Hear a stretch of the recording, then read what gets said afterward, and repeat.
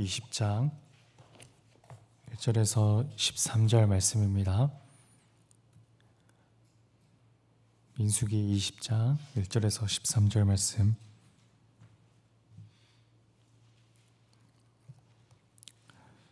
한 절씩 교독하겠습니다. 첫째 달에 이스라엘 자손 곧 회중이 신광야에 이르러 백성이 가데스에 머물더니 미리암이 거기서 죽음에 거기에 장사되니라. 회중이 물이 없으므로 모세와 아론에게로 모여드니라. 백성이 모세와 다투어 말하되 이르되 우리 형제들이 여호와 앞에서 죽을 때에 우리도 죽었더라면 좋을 뻔하였도다. 너희가 어찌하여 여호와의 회중을 이 광야로 인도하여 우리와 우리 짐승이 다 여기서 죽게 하느냐. 너희가 어찌하여 우리를 애굽에서 나오게 하여 이 나쁜 곳으로 인도하였느냐. 이곳에는 파종할 곳이 없고 무화과도 없고 포도도 없고 석류도 없고 마실 물도 없도다.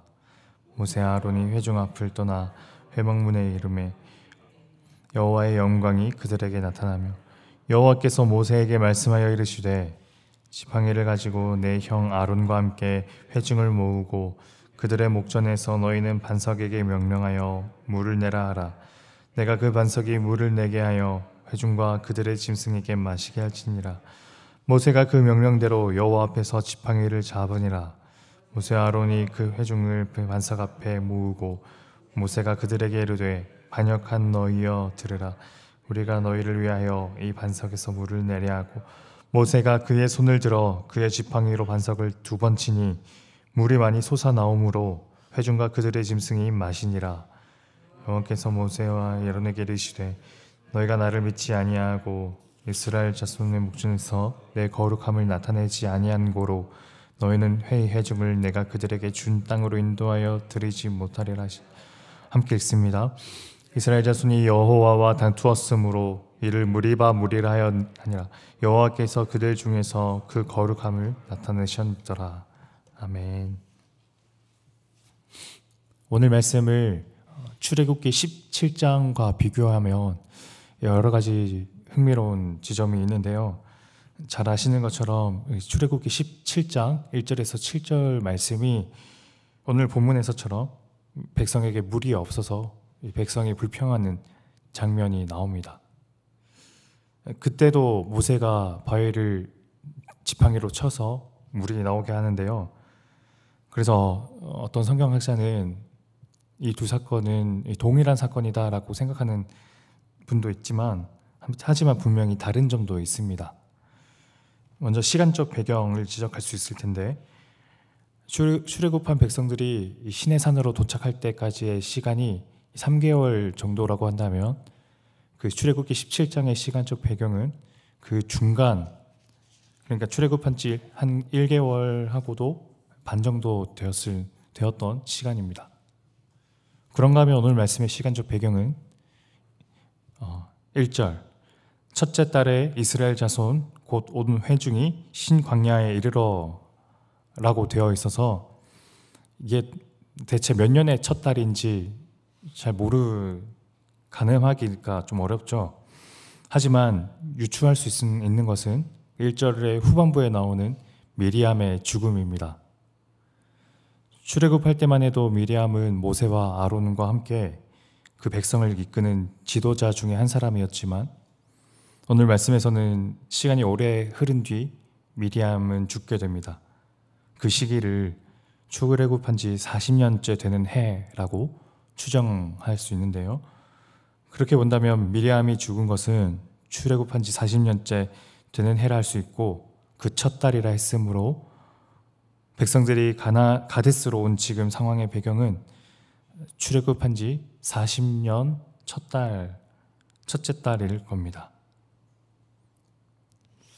두 번째로는 하나님의 명령의 차이점을 들 수 있을 거예요. 출애굽기 17장에서 하나님은 물이 없어서 불평하는 백성들을 향해 이렇게 말씀하십니다.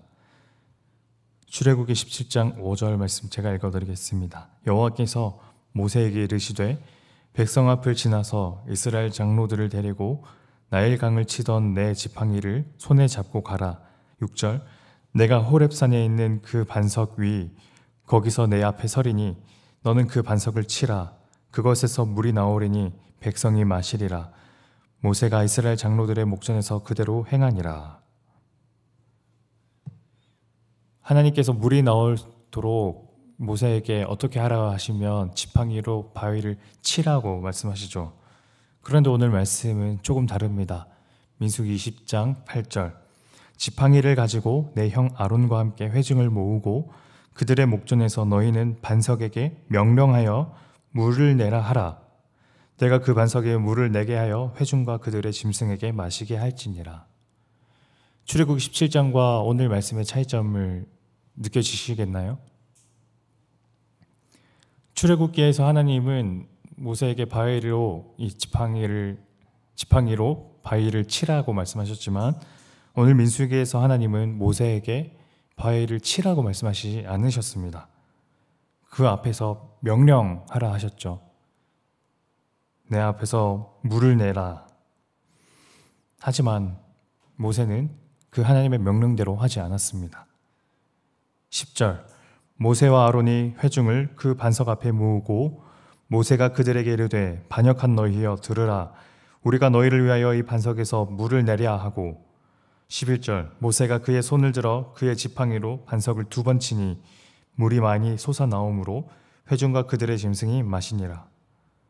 모세는 바위 앞에서 명령하지 않고 지팡이로 바위를 2번 칩니다. 그리고 백성들을 향해 화가 난 듯 날카롭게 쏘아붙이죠.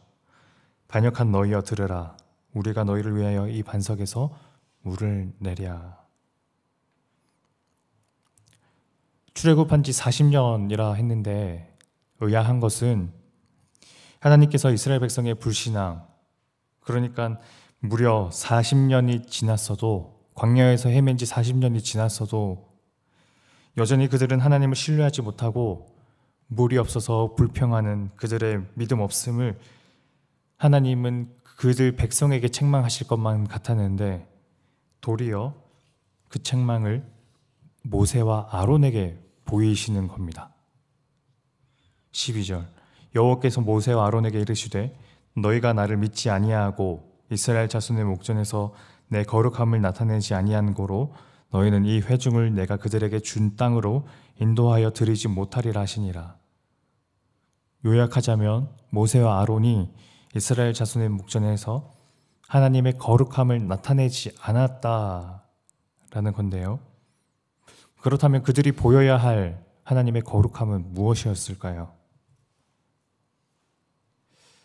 다시 모세가 보였던 행동에 대해 생각해 보자면 하나님께서는 모세에게 바위를 향해 명령하라 하셨죠. 하지만 모세는 바위에게 명령하지 않고 지팡이로 2번 칩니다. 왜 지팡이로 쳤을까요? 이전에 출애굽기 17장에서 지팡이로 치니 바위에서 물이 나왔으니까 무의식에서건 의식에서건 그때의 경험이 그 모세 그 안에 있으므로 그 모세는 바위를 지팡이로 2번 친 겁니다. 2번 쳤다는 것에서, 그리고 백성에게 날카롭게 쏘아붙였다는 말에서 당시 모세의 감정을 어렴풋이 느낄 수 있지 않겠습니까? 짜증이 난 겁니다. 다만 문제는 그 짜증 그 자체가 아니라 모세는 하나님의 말씀대로 실천하기보다 이전에 출애굽기 17장에서 그때의 경험, 그때의 그 일이 마치 공식처럼 자기 안에 남아 그 하나님의 역사보다 그 자신의 그 경험과 일을 우선했던 거죠. 요약하자면 자신의 경험에 하나님을 가둔 겁니다. 그것은 그 자체로 하나님께 중대한 범죄였으므로 하나님께서는 이 일의 분노를 백성이 아니라 모세에게 쏟아내신 거죠.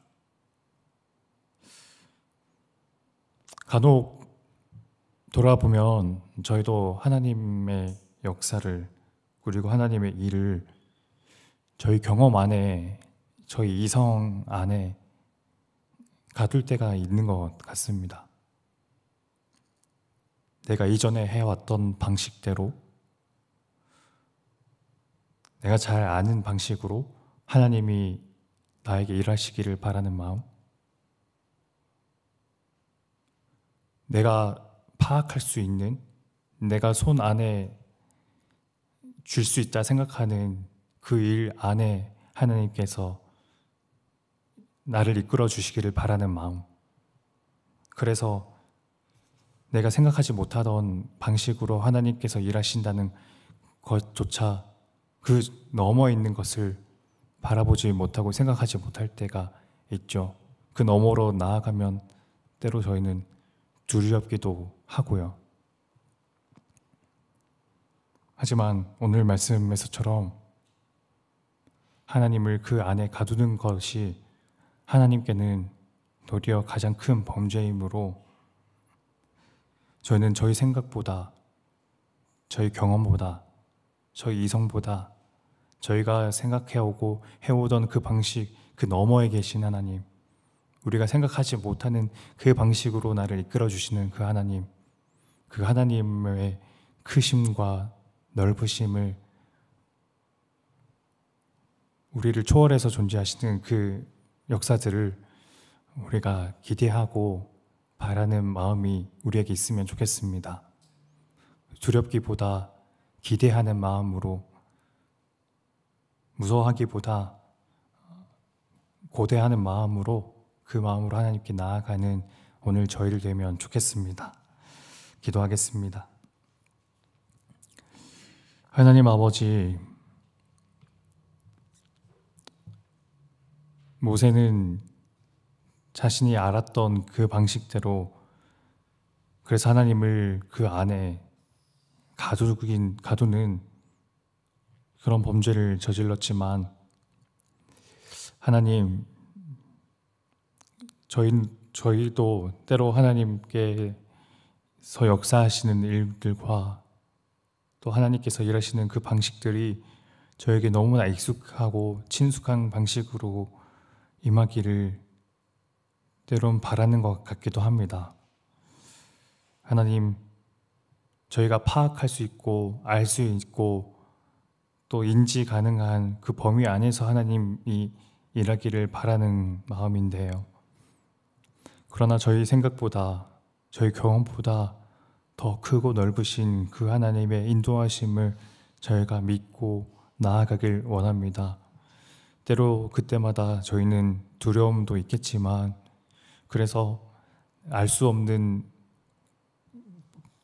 곳으로 이끄시는 그 하나님의 인도하심이 때로는 이해되지 않을 때도 있겠지만, 그러나 온전히 우리의 믿음을 하나님께 맡겨드리며 하나님의 손을 꽉 붙잡고 인도하심 따라 기꺼이 나아가는, 하나님이 가라 하시는 곳으로 기꺼이 순종하는 그런 저희들 될 수 있도록 은혜 베풀어 주옵소서. 예수님 이름으로 기도드립니다. 아멘. 오늘 두 가지 기도 제목 놓고 기도하면 좋겠습니다. 우리 한계와 우리 이성과 우리가 생각할 수 있는 범위보다 훨씬 높고 넓으신 그 하나님의 인도하심과 역사하심이 저희들을 이끌으실 때 저희가 두려워하지 않고 하나님을 온전히 믿고 나아갈 수 있도록 해달라고, 그리고 우리의 가정과 우리의 교회를 하나님께 올려드리면서 이 두 가지 기도 제목과 함께 우리 각자 가져온 기도 제목 가지고 하나님께 기도로 나아가겠습니다.